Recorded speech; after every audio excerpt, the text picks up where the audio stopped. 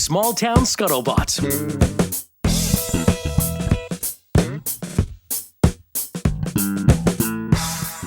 Hello. Guess what? What? Actually, I'll pose this as a question. How would you react if you got shushed in your own house by a house guest? Oh, absolutely not. You're the king of the castle, Rick. Oh, also, your house guest is on their cell phone and they didn't even say hello to you yet. That is I only bring it up because that's what happened to me with Evan this Wild. morning. Evan rolls up, and I say, "Oh, there's Evan." I have his coffee brewing. Rex is all excited to see him. I go to open the door. I see that he's on a phone, blah, blah, blah. But he looks like he's his personal self. jovial. Right. I assumed it was a casual call, and if it's business, I'm not into it's. It's my driveway, not your office. If it was important, he'd be doing it in his car, right? Or in his freaking office, not my driveway. I should be paying rent if you're gonna be doing business. Anyway, he gives me the finger snap. Oh, with a look that says, like quiet. authority. Yeah. Wow, I feel like you only reserve a finger snap for like your spouse. Like I do it to Dan all the time. Yeah. When he like walks into my office and doesn't realize I'm in a meeting, I go, Yeah. I shoo him. I physically shoo him. Yeah. Yeah. So the guy comes down, says, "Hey, sorry about that, rough and aggressive tonality there." And I said, "Oh, this?" I said, "Dude, you're speaking my language. I saw what was going on. I misread the room or the driveway. You were having a serious call that needed a dog to not be present, and I got it. You had to give a nonverbal cue." And I said, I typically do the Yeah. across the the neck. Yeah.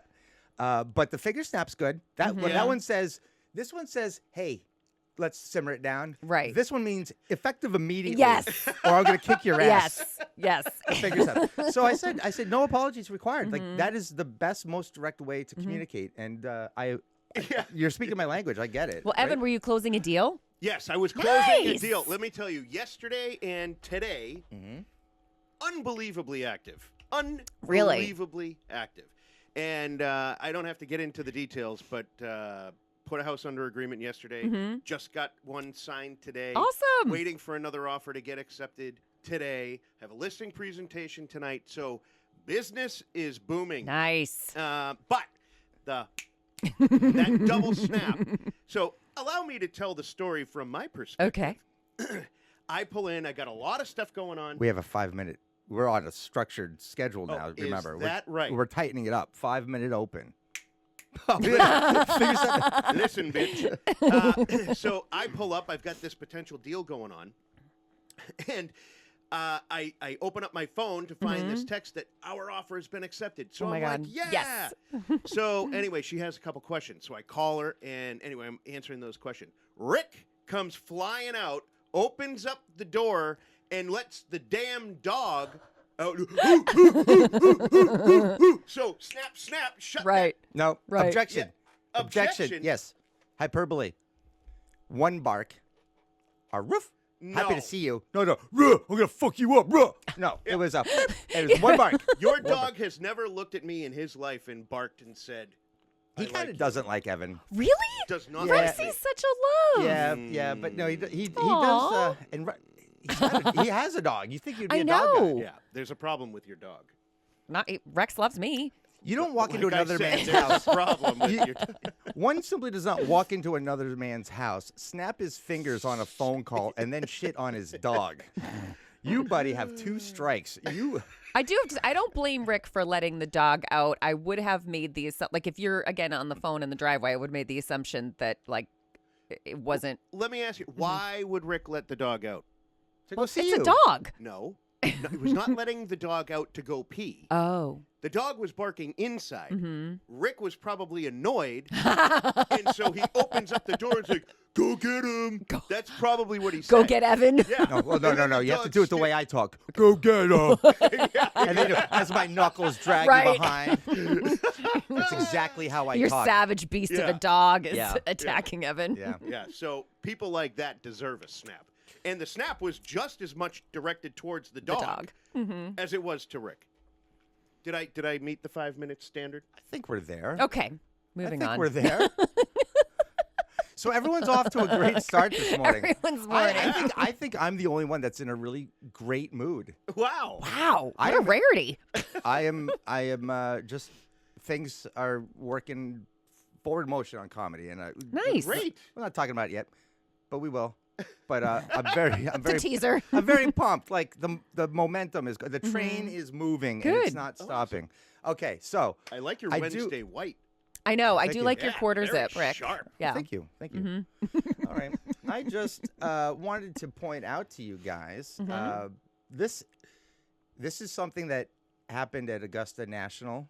It's a golf thing. That's the biggest golf thing, and Is that where the Masters was? Or? Exactly. Okay. Yeah. God, okay.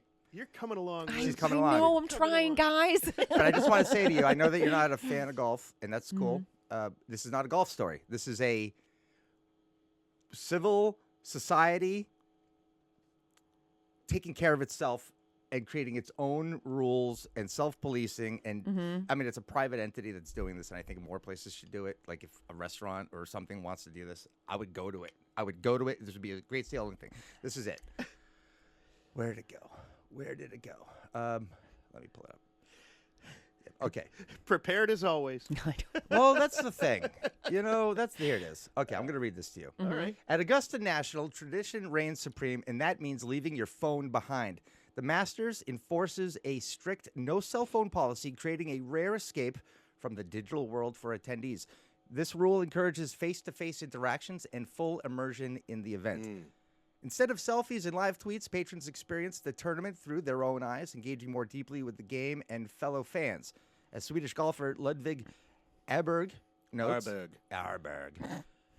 The absence of mobile devices leads to more eye contact and attentiveness from fans, which he finds particularly rewarding.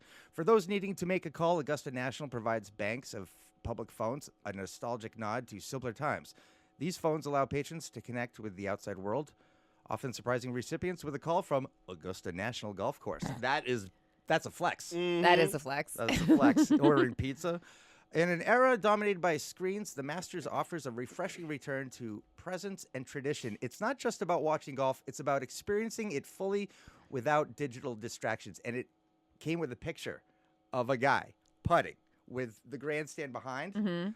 And the glaring observation was everyone was looking at me. Yeah. Like the viewer. It was everyone's face attentive. And I was like, there's got to be one rule breaker in here. And I saw a guy with something in his hands. He was pulling up binoculars to his eyes. So it was legit. It was instead working. of seeing just the tops of people's heads as they're like bent Yeah. over their phones. Yeah. But think about the additional pressure that creates, right? That's one of the beautiful things about the Masters is that it is an absolute pressure cooker of a tournament. And you saw it with Rory on the last hole, missed that 3-foot putt to win it. And just the pressure of the moment at that place is unlike anything. And they've done a great job to kind of embrace that. And, you know, it's a culture there. It's incredible. I have a question, which I posed to my husband and my dad, my dad came for dinner Sunday and we had the Masters on. And there was all this pressure around the putting. And I was like, I don't get it. Like, these are professional golfers. Shouldn't they be better at putting? Like, I go mini golfing with my kids, and I feel like I could do that. Yeah, that's because you have a windmill in front of you. And somehow that really does help you Like, line up. I guess, like, I don't understand It's flat. why would Rory miss a 3-foot putt if he's, like, such a great golfer? No. I don't know golf, and so yeah. I'm posing that question, like, legitimately. So if you go and play mini golf, the surface that you're playing on, it's kind of like whatever. It's like a carpet, right? Yep. And it rolls at a certain speed. Most public golf courses, they cut the green grass at a certain level so that it's easier for most people to play. At Augusta, they basically shave the grass all the way down to the dirt, and it is fast as you know what. Okay. So the problem is that a 3-foot putt with longer grass it's easier to kind of, you know, The ball's going to go slower, Exactly. and yeah. Okay. But you put a 3-foot putt at Augusta that may have a slope after it, and if you're 2 inches past the hole, it's gone. Gotcha. It's gone Okay. like another 10 feet. So that 3-foot putt is not just an ordinary, you know, get the ball into the hole from 3 feet. I mean, psychologically, you have to think that way. But you add on top of that the pressure of winning your first Masters. I know. After you have never ever won it And because all you eyes are on you. A Yeah. slacker. I'm not a Rory fan. Oh. No. Slacker. In the Masters, he's been a slacker up until now, and almost did it again. Okay. Well, that's all I had to say about Yeah, perfect. the phones. I think it's a great idea, and we could have public areas where there's no phones. Like this is a phone-free park. I don't know. I mean, try self-policing that. There's a bunch of assholes. Yeah. I mean, you ask someone to not park in the handicap spot, they'll tell you to F off. So My daughter in her dance competitions, there's no phones allowed, and part of that Yes, is like same here. distraction and Yeah. your dance groups. well, you can have the phone. You just can't record. Yeah. You know, and obviously phones off. I mean, you don't want those going on. By the way, I went to one of those this weekend in Worcester. Oh, we were there. Well, Were I you? wasn't. Which one? Intensity? Yeah. Were you really? Yep. Oh my God, Dance Dads. New Dude, podcast. Dance. No. New podcast. You were at Intensity? Yeah, it would be the most boring podcast. How was the show? Yeah, okay. I mean, you sit there for like 9 hours to watch your kid for what, 3 minutes? My I wife- would open a vein and bleed out while I sit there. Multiple times. Yeah, my wife went the night before. You know, it's always a hotel because Rosie was dancing at. She had a 10:40 performance the night before. PM? Yeah. That's ridiculous. Yeah, it's obnoxious. Okay, anyway, moving on because we have a hard out at 9:45. Yep. I have a 10 o'clock call. Liz has something, and Evan's got people to snap fingers at. So Deals to close. what happened in court? Well, I can Dun, now. dun. You Yeah. can now talk about it, right? Yeah, I can now talk about it. But what's interesting is you were talking about the aspect of all eyes Yeah. on you. And I told the story. When I walked in and took the stand, the pressure of that moment of have it dead silence. And everybody is just looking at me. It was like a totally surreal thing. So, yeah, now I can talk about it. The verdict is in. The verdict is in. We'll try to be sensitive because it's somewhat local, right? But anyway, it was Massachusetts versus Dr. Ingolf Turk. He is was a like world-renowned urologist who happened to perform the same surgery that I had for my bladder cancer, which is the radical cystectomy. His proficiency is with the Da Vinci robot. So basically, you operate from like a video game console. And you kind of have your fingers inside of these gloves that kind of manipulate the No arms kidding. and things on the Like an wow. extension.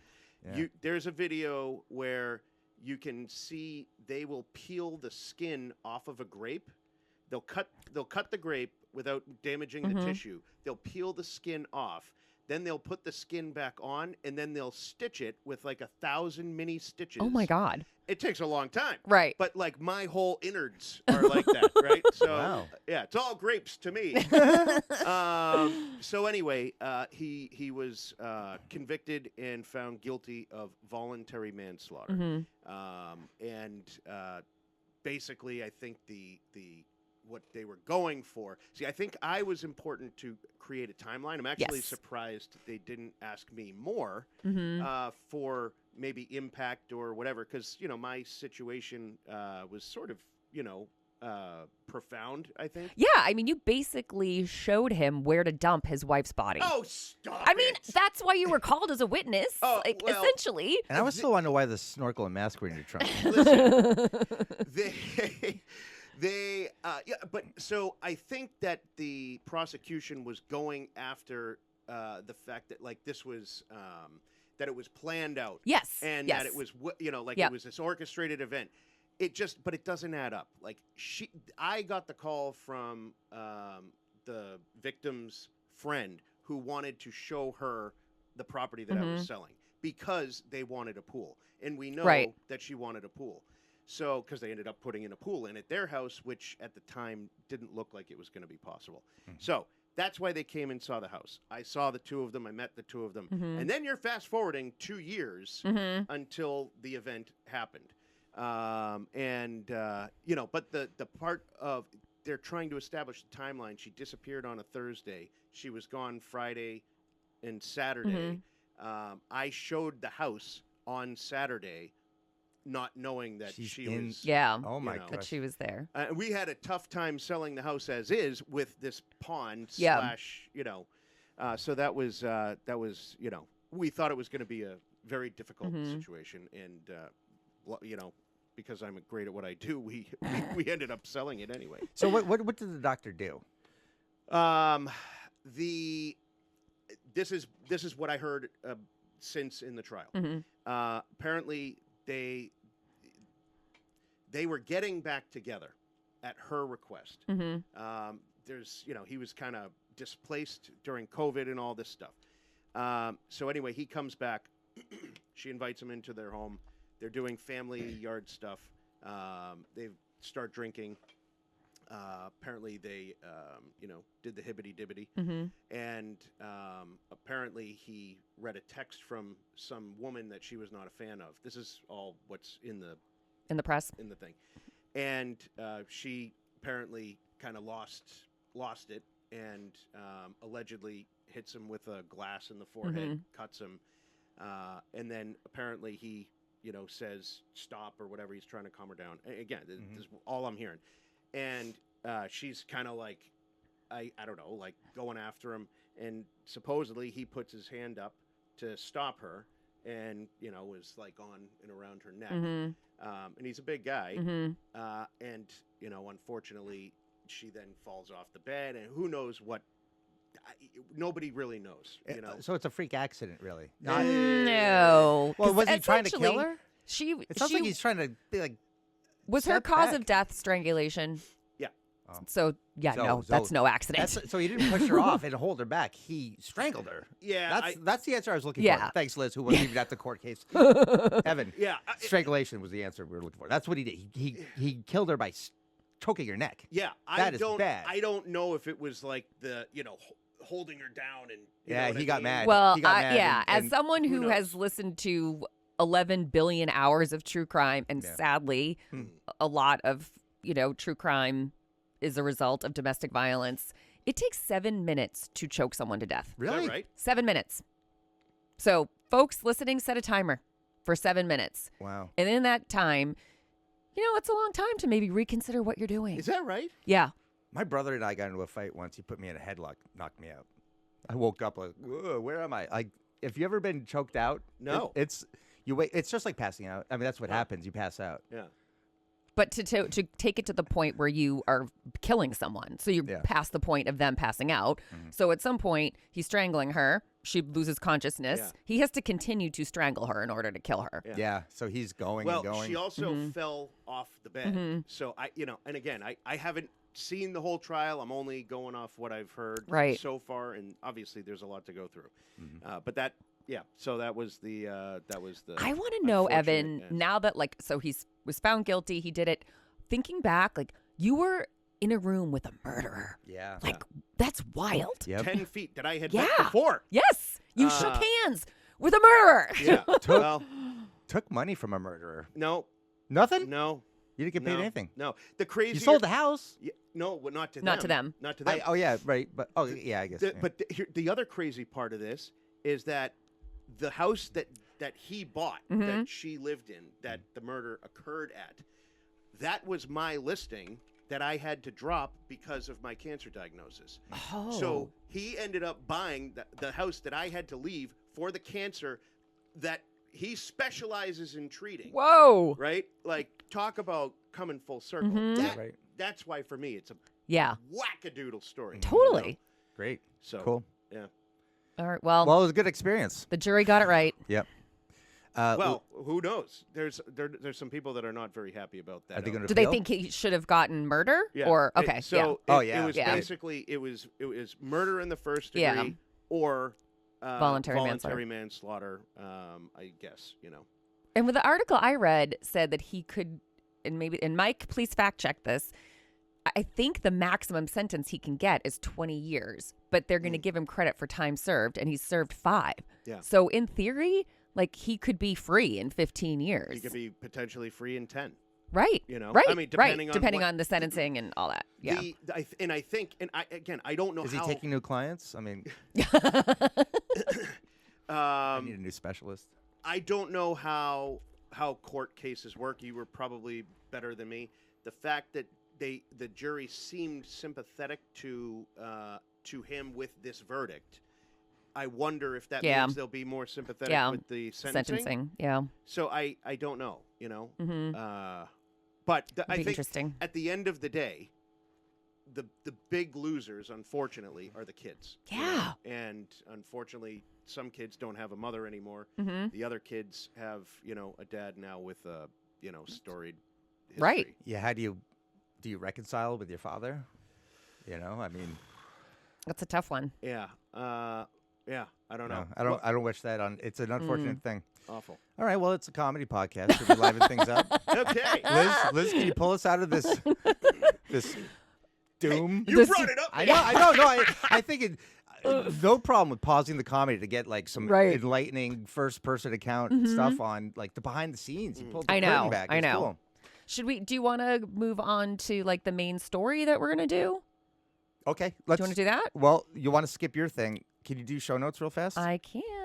Let me just Let's do show notes. put my glasses on. While she's doing that, I'm going to do the ads for APC Pest Control, Pest and Termite Control Incorporated.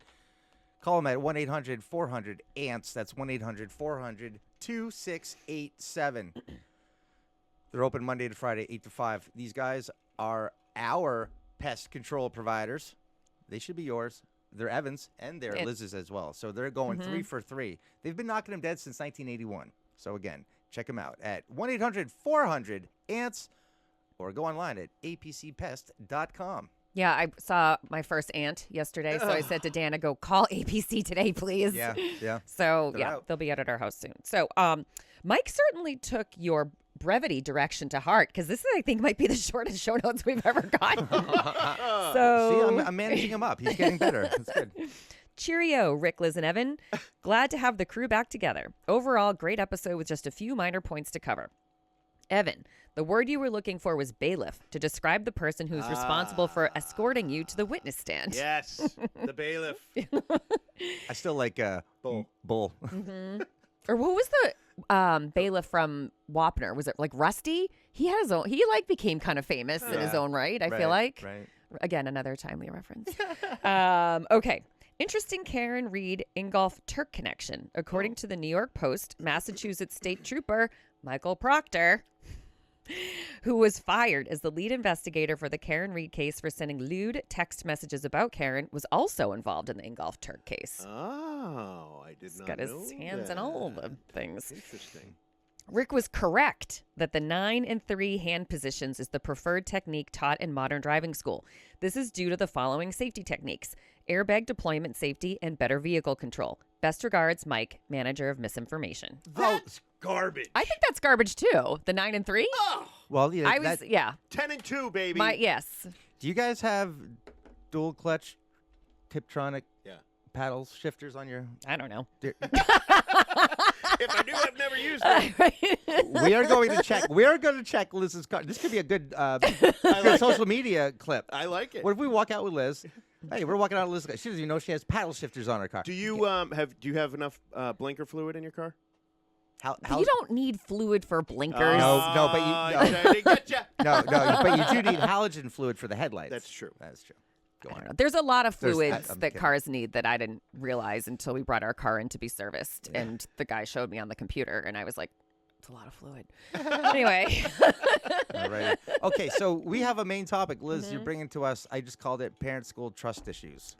Yes. Please expand. All right. So this is an article from the Boston Herald that my dad sent me. So thanks, Dad, for being a contributor to the show. The headline is Massachusetts parents, quote, livid after schools give survey on sexual activity, gender identity to students who opted out of this survey. So local parents were given an opportunity to opt their kids out of a survey that was going to be given to students all about sexual activity and gender activity. So this took place in Burlington. Burlington parents filed complaints with the U.S. Department of Education in the wake of SurveyGate, claiming the district violated the Protection of Pupil Rights Amendment by giving the questionnaire to students against their parents' wishes. The controversial survey last month that was given to both middle and high school students in Burlington, middle and high school. Yeah. And high school. That's the part. Just pause. Yeah. Take it in. Yep. Take it in. Oh, Liz, just for people who don't have kids or can't remember, what are the ages of middle school students? So that's 11 to 13. Okay. Right? Okay. So not 14. even. So maybe just dancing on the line of entering puberty. Right? Correct. Like so, Yeah, so and I kids mean- aren't even. Their bodies aren't even changing when they're being asked about anal sex. Okay. Correct. Go yes. on. Okay. So Good. this survey had questions about sexual intercourse, sexual orientation, gender identity, sexting, experiences with sexual assault, alcohol use, and more. So in the survey, this is text taken directly from the survey. Sexual intercourse includes vaginal sex, which is when a penis goes inside of a vagina. If you have to explain what that means, perhaps the target audience for your survey is inappropriate. Okay, moving on. Oral sex, which is contact between the mouth and genitals. Anal sex, which is when the penis goes inside an anus. And then in parentheses, they put butt. If you have to use the juvenile term butt to describe an anus, your survey's not appropriate for this age group. Yeah. Period. Yeah. Right. And use of toys or props. By the way, they've already went through. They've already went. Yeah. They already went through the sex ed program, so they shouldn't have to add to what you're saying. It's like you're questioning your own ability to teach if you have to recall a simple vocab word. Have you in ever the had survey. butt sex? Well, what is 12-year-old? Yeah, yeah. So what is the survey? So they're asking kids about their experiences with sexual activity, gender identity, They're whatever. supposed to answer this honestly? Yeah. Or like even like how uncomfortable is that? I mean, For me, 11-year-old Rick, it would have been a field Laughable. day. I'm fucking everything. every orifice. I nailed the librarian. I nailed the assistant principal. I'm gonna nail my bus driver on the way home. So Next question. So there's, I mean, a million issues with this, but the biggest one here is that students whose parents opted them out of this quote youth risk behavior survey were still required to take the survey.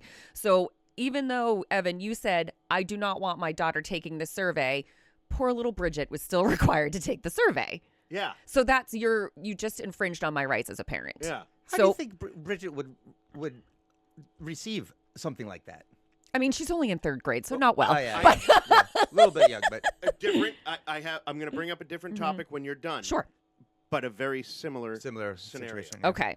So asking an 11-year-old kid questions about anal or oral sex is disgusting. So I think, all right, net, there's multiple issues here. One, is this survey appropriate for middle schoolers? I don't think so. Like, I can appreciate why a school district would want to have information about what kids are doing like high school kids, what they're doing sexually, so that maybe they can create programs or curriculum to address certain things. They can provide, condoms. They can address STDs. They can provide a safe space for people to come and say, hey, I might have gonorrhea to come. Yeah.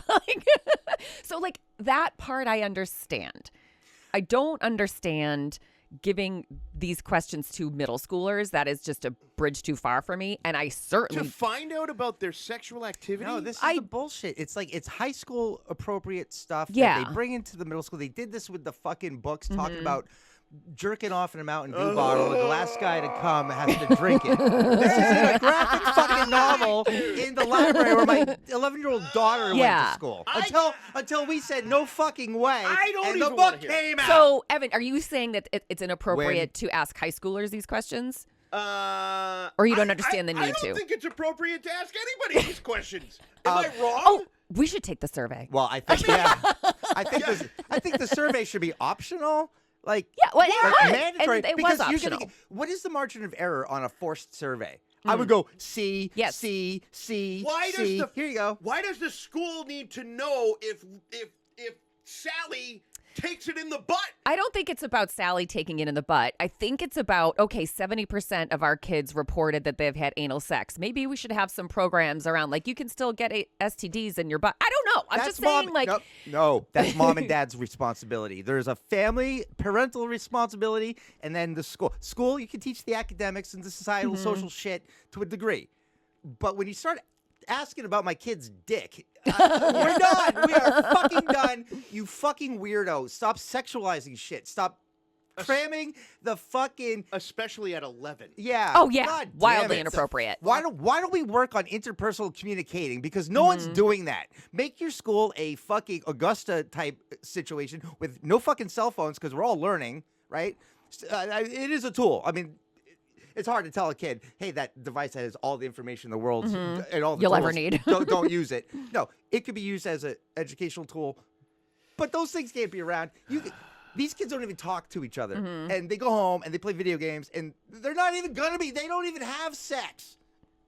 Yeah, they do. Yeah, they do. But not like the old days. These kids are like more. They're nerds. They're introverted. But generally not at 11. No. And that shouldn't even be considered or appropriate to discuss. You got us all worked I up. know, Jesus. Well, and the biggest issue here is that parents who said, "Do not give my child this survey," their child was given this survey. So what's up with that? So that's a lawsuit. Yeah, well, that's why they're A moving big one. forward. Yes, egregious violation of parental and student rights transgressed federal law, wrote Sam Whiting of the Massachusetts Liberty Legal Center. On behalf of these parents, we demand the BPS, Burlington Public Schools, hold accountable those responsible for this violation and take steps to ensure that this never happens again. So the Protection of Pupil Rights Amendment gives parents a chance to opt their children out of participating in surveys. The school district violated that federal law. So, I mean, they broke the law, basically, by forcing kids to take a survey that their parents I said hope no. the parents and the kids that were forced to take that get every single Yeah. penny. I wonder that they got coming. what number do you apply to that though? I'd put a $10 million.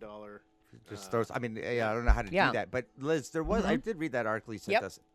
There was a parent who described his daughter's reaction. Yes. Do you remember that one? Yeah. That was really telling. That was, hey, don't take my word for it. This is how I witnessed my kid when she came home. Yeah, he said that his daughter felt sick to her stomach when she was required to take the survey. How embarrassing. What's wrong, honey? And then you're talking to your dad about Yeah, these and questions. it's like, an 11-year-old isn't gonna, if you're in a classroom with all of your peers and you get the survey and you're like, this is really uncomfortable. Are you going to be the one that says, hey, this is making me uncomfortable, teacher who gave me this and said I had to fill it out? No, you're not. You're just going to sit there and do it because your teacher told you had to. That's why everyone thinks they need to take the MCAS because it's an assumptive cell. I'm telling you, my kids don't take it. Your kids don't need to take it. If you want to sit your kid down and do a standardized test and waste hours of their time so the teachers can be evaluated, because the Department of Education is too fucking lazy to come into the classroom and see the actual real work and look at the real evidence, but they're going to judge it on kids' scores. Yeah. Don't play that game. Fuck that. Take them to the aquarium like I do. I'll see you there. Thank you for this segue. Okay. Because that is what I wanted to talk yes. about with Bridget, and it came out perfectly. Yeah. We just work like that, Stephanie. guys. I know. Up top. Up top. Bring Woo! So, See what I mean? Stephanie has been a teacher for over 23 years. And once they determined that the MCAS was no longer a requirement, she's seen these kids take it in third grade. And Stress balls. Yeah. all of the unnatural stuff that happens as a result, and the kids are freaking out and they're crying, and it's a mess. And it is no longer required or a required state thing for, I don't know, Graduation. Graduation. Yeah. So Stephanie is a big proponent in doing something constructive with that time, and so she can't tell the kids at school you can take it or you can't take it, or we want you to take it or whatever. It's up to the parents. And some parents think that their kid should take it. Anyway, Stephanie did not want Bridget to take it. So I sent a note to school. Stephanie wrote an email to school. Everybody knows she's a teacher, and with a long experience. And we opted Bridget out of the MCAS. Well, Bridget went to school and was told that she should probably just stay home instead of going to school. So they didn't. That's a lawsuit. I'm paying taxes for 180 days of education here in this school. You gave my kid 179. You did not provide the service on that 180th day. You're fucking sued. Wow. Okay. Yeah, go get them. Damn. Go get them. That's $1 million fucking dollars. And then you give half of it to some fucking cause to help the unfortunate, and then you go on a vacation in your new yacht. with So the rest. Bridget comes home crying because she $2 is- million. Right? Yeah, 10. 10 million. So Bridget comes home crying, and she's like, she doesn't know like why she's been told to stay home. Yeah, And suspended. So wait, she goes to school. Did you guys get a phone call? Come pick up your daughter? No, this was the day before. Oh, You okay. may as well not, if you're not going to take the MCAS, you may Just as keep well her not home. come Okay. to school. I was not prepared to keep her home. Yes. Like, two working parents. Like, what are you supposed to do with that? and the MCAS is not the whole day. Right. Right. And Stephanie had just done the thing the day before with her school, and she's like, it was like an hour and a half, or Yeah. whatever, you know. So basically, there were no accommodations for kids that were not choosing to take a test that means nothing, Right. and then the results come out the year later Yes. after they're already out of the grade. So Stephanie, you want to go, you want to.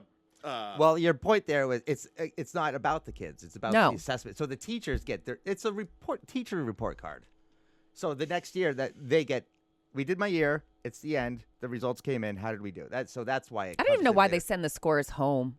I mean, like, I Right. don't care about them. Yeah, it should be like on a database. With Yes, a code. exactly, If you give exactly. a shit, there it is. Yeah. Also, the schools should be more transparent about the ability to take it or not take it, and there should be a plan B. If you want to take Yes, it, absolutely. you go to your classroom. If you don't, we go to the gym and we do outdoor activity, or So- everyone's gonna go do that. Yes. So MCAS in Dover or Medfield or these super culturally diverse groups, Yeah. I'm sure it goes over great. But for my wife, who teaches in Stoughton, who has kids that are homeless, Yeah. kids that speak English as a second language, kids that may not even know how to speak English, how do you think those kids are going to hold up compared to the Right. kids at Dover Sherburne? It's irrelevant. So Stephanie gets a bad grade because she has a bunch of kids that don't know how to speak English that are from a different country. Yeah, one size Right? doesn't fit all. Exactly. Like you Yeah. can't assess. Ugh. And the educators should know this assessment. That's all. You guys are all about assessment. You know, you guys don't even assess yourselves with any friggin' intellect. Like, think about what you're doing. Who makes the tests, Rick? Oh, I don't know. Pearson. Pearson. That's right. Some yeah. company Who that's makes- making a lot of money. Who Yeah. makes the Yeah. textbooks? Yep. Yeah, Pearson. Who makes the ones. programs to teach the MCAT? Yeah. It's Pearson. a racket. Yeah. Exactly. It's a racket. So anyway, listen up, parents. Do not take the MCAS. It's stupid. Yeah, now, Liz, you do have your kids take the MCAS, right? I've asked that. I was like, you don't have to take it if you don't want to, but the alternative is they just sit in the library by themselves or something. Like, there's not a better alternative for them, and they don't really care. So you can sit there with a piece of paper and a pencil marking down answers that mean shit. Yeah. Or you can go educate yourself in a library and have a little peace and quiet. Yeah. And I right. also think more so my daughter than my son doesn't want to do something that makes her look different from everybody else, Yep, you that's know? the So other it's thing. like everybody's doing it, so I'm just Okay. going to do it. Well, that's the assumptive sell. I don't I like know, it. I don't I like know, it. You're not I know. as transparent about the option B. You don't have to take it as they are option A. You can take it. Hey, and well, that's here's- dishonesty. But here's the deal. It's deceiving. It's her choice. Right? Yeah. Yes. So ultimately, it's her choice. And yours. If she said, if she said to me, I really don't want to take it, Mommy, it makes me nervous. Like, okay, cool. Like, Fine. you don't have to Done. take it. Yeah. Absolutely. Yep. But if she feels more comfortable taking it because of what it does, but that also speaks to a greater problem, which is the societal pressure that we live in, where it's like, oh, you don't look like this or you don't talk like that. Yeah. You know, you're suddenly an outcast, right? Which is what politics is Yes. all about. If I had to take this thing in 9th grade, right? It's every odd year, I think. I think so, 9th yeah. grade and then 11th grade. So 9th grade would be the last. I would have just answered C on every single Everything, question, yeah. and I would have handed it in 6 minutes later. I said, I'm done. And they would have said, excuse me? I'm like, that's what you get. Well, what do you want me to do now?